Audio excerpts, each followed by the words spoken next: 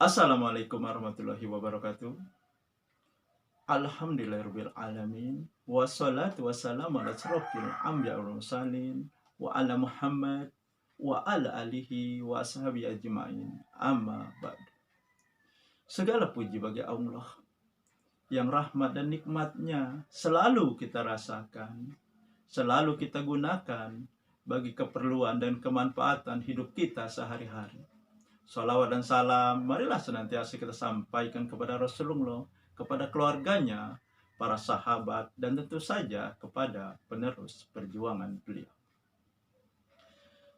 Sobat-sobat, bersama lagi kita di channel saya pada tema bahasan kita, pembicaraan kita mengenai energi kalbu, tenaga hati dan kekuatan jiwa. Sobat-sobat semua, pada tanggal 22 Desember, dunia gagap gempita merayakan yang disebut dengan Hari Ibu. Banyak ucapan-ucapan yang ditujukan kepada seorang ibu. Nah, sobat-sobat, pada pertemuan ini saya ingin membicarakan bagaimana berbakti dan memuliakan seorang ibu. Namun, sebelum saya melanjutkan, tidak bosan saya minta keikhlasan dan kerelaan dari sobat-sobat semua yang belum melakukan subscribe di channel saya ini untuk melakukannya. Karena subscribe dari sobat-sobat sangat membantu saya demi kelangsungan berkembangnya channel ini. Selain itu, sobat-sobat dan saya bisa sama-sama berdakwah, bisa sama-sama untuk melakukan kebaikan-kebaikan yang insya Allah ini menjadi nilai pahala di sisi Allah. Dan silahkan sobat-sobat untuk melakukan subscribe-nya terlebih dahulu. Dan saya ucapkan terima kasih kepada sobat-sobat semua yang sudah melakukan subscribe-nya. Sobat-sobat semua, sebelum kedatangan Rasulullah, sebelum beliau diangkat menjadi seorang Rasul, wanita, seorang ibu, hanya menjadi pelengkap, hanya menjadi objek dalam kehidupan ini. Dia perannya hanya untuk melayani laki-laki dan melahirkan keturunan. Hanya itu, tidak lebih. Bahkan wanita dianggap pembawa sial. Maka ketika zaman jahiliyah, kalau seorang ayah mendapat kabar bahwa istrinya melahirkan anak dan jenisnya wanita, maka seorang ayah tersebut menahan geram, menahan marah karena lahirnya anaknya yang berjenis wanita yang sebenarnya sangat tidak diharapkan. Bahkan banyak anak-anak wanita yang dikubur hidup-hidup. Salah satunya pernah dilakukan oleh sahabat Nabi Umar bin Khattab. Dia pernah ketika dia masih belum menerima hidayah Islam, dia mengubur anaknya hidup-hidup. Kemudian ketika Rasulullah diangkat menjadi Rasul, maka derajat wanita menjadi tinggi. Bahkan 3 kali derajatnya dari seorang ayah. Ini terbukti ketika seorang sahabat bertanya, "Ya Rasulullah, kepada siapakah pertama-tama saya harus berbakti?" Nabi menjawab, "Ibumu." Sahabat bertanya, "Yang kedua?" "Ibumu." Dan yang ketiga, masih ibumu. Baru ayah. Jadi sobat-sobat, wanita yang hanya menjadi pelengkap dan hanya dianggap pembawa sial, sekarang derajatnya menjadi tinggi. Bahkan Allah sendiri berfirman untuk supaya seorang anak menghormati kedua orang tuanya ketika dalam pemeliharaannya usianya sudah lanjut, maka kita dilarang untuk berkata kasar, berkata cih, apalagi membentaknya. Dan dianjurkan juga untuk mendoakannya, seperti yang sering mungkin kita berdoa, Rabbana firlana waliwalidayna Rabbana firlana waliwalidayna warhamhuma kama rabbayani shaghir. Ya Allah, kasihilah kedua orang tua seperti mereka mengasihi aku di waktu kecil. Sobat-sobat semua, menghormati orang tua, memuliakan orang tua, ini menjadi kekuatan jiwa kita, kekuatan kalbu kita, kekuatan hati kita. Karena ridha Allah tergantung ridho kedua orang tua. Artinya, kalau orang tua kita marah kepada kita, maka Allah juga marah kepada kita. Namun sebaliknya, jika orang tua senang kepada kita, maka Allah juga senang kepada kita. Bahkan saking dimuliakan orang tua ini, maka Allah juga mengabulkan doa dari orang tua. Jadi doa orang tua, doa seorang ibu itu sangat mustajab. Meskipun dalam keadaan marah, dalam keadaan kesal, ini didengarkan oleh Allah.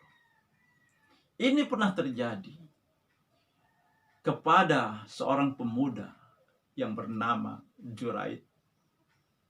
Dia seorang ahli ibadah. Pada suatu ketika dia sedang melaksanakan sholatnya, di tengah-tengah dia melaksanakan sholatnya, ibunya memang biasa datang. Dan ketika itu ibunya datang mengucapkan salam, "Assalamualaikum." Tetapi tidak ada jawaban dari dalam, karena anaknya tengah melaksanakan sholat. Salam yang berikutnya tetap tidak ada jawaban. Beberapa kali akhirnya sang ibu meninggalkan rumah anaknya. Keesokan harinya dia datang kembali. Dan pada saat yang sama, anaknya juga sedang melaksanakan sholat. Akhirnya ibu itu juga pergi lagi dari rumah anaknya. Selesai sholat, Juraid berjalan ke arah pintu untuk melihat apakah ibunya masih berada di sana. Ternyata ibunya sudah tidak ada di sana.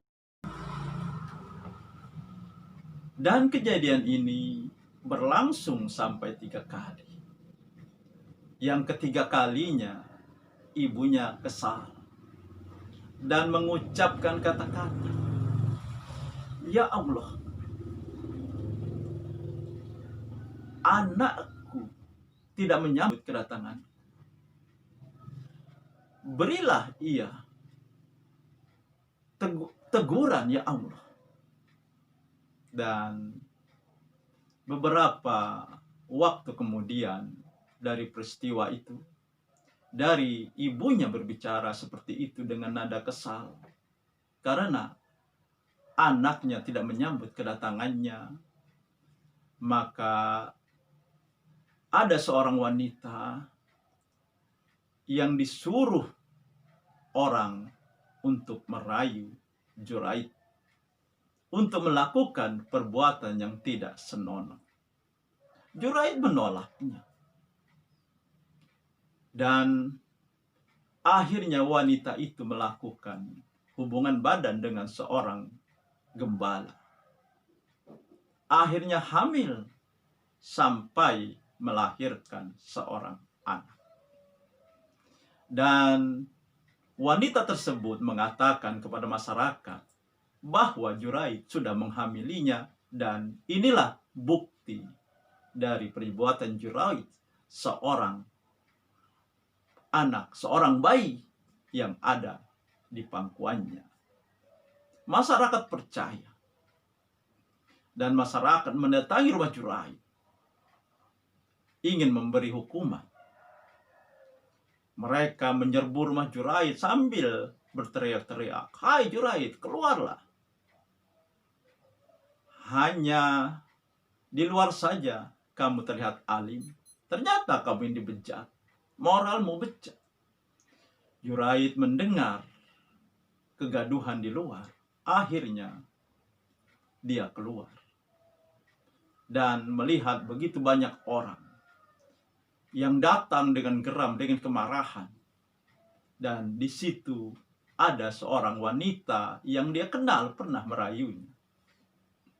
Kemudian Juraid bertanya, "Ada apakah ini, saudara-saudara?" "Juraid, kau sudah melakukan perbuatan yang tidak senonoh kepada wanita ini," kepada ucap salah seorang dari yang datang ke rumahnya ketika itu. Juraid tentu saja menolak. Tetapi wanita itu mengatakan, "Engkau jangan berbohong, Juraid. Jangan mengingkari. Ini buktinya. Ini ada seorang anak. Hasil dari hubunganmu dengan saya," kata wanita tersebut. Wanita ini memang seorang pelacur. Akhirnya Juraid mendatangi wanita tersebut dan diperhatikannya bayi yang digendongnya. Kemudian Juraid berkata, menanyai bayi tersebut, "Hai, bayi yang ada di buayan, coba katakan, siapakah ayahmu yang sebenarnya?" Dengan kuasa Allah, bayi itu mengatakan bahwa ayahnya adalah seorang gembala. Semua tercengang, semua terkejut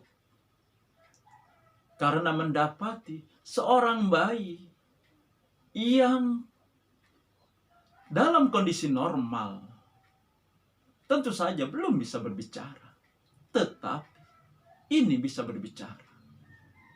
Dan keajaiban ini, kuasa Allah ini, membebaskan Juraid dari tuduhan yang keji. Akhirnya Juraid dibebaskan dari tuduhan tersebut. Nah, sobat-sobat, Juraid menerima ujian semacam itu, menerima fitnah semacam itu, karena perkataan dari ibunya yang kesal. Itulah maka Nabi mengatakan, ridha Allah tergantung ridha orang tua. Marahnya Allah tergantung marahnya orang tua. Jadi sobat-sobat, bagi sobat-sobat yang masih memiliki orang tua, memiliki ibu, memiliki ayah, atau salah satu dari keduanya, jangan terlambat untuk melakukan kebaktian, berbakti, berkhidmat kepada orang tuanya. Jangan ketika orang tua kita sudah menghembuskan napas terakhirnya, kita mungkin jauh di rantau, kita meminta keluarga kita yang dimana orang tua kita tinggal menunggu kita. Jangan dikuburkan dulu sebelum saya datang. Seharusnya ketika kedua orang tua kita hidup, salah satu di antara keduanya atau kedua-duanya masih hidup, pada saat hiduplah kita muliakan, kita hormati, kita senangkan hatinya. Jangan ketika mereka sudah dipanggil oleh Allah, kita susahkan juga perjalanannya dengan menunda-nunda penguburannya. Sobat-sobat, itulah cara kita berbakti dan memuliakan kedua orang tua kita, khususnya seorang ibu. Nasrun minallahi wa fatun qarib. Wassalamualaikum warahmatullahi wabarakatuh.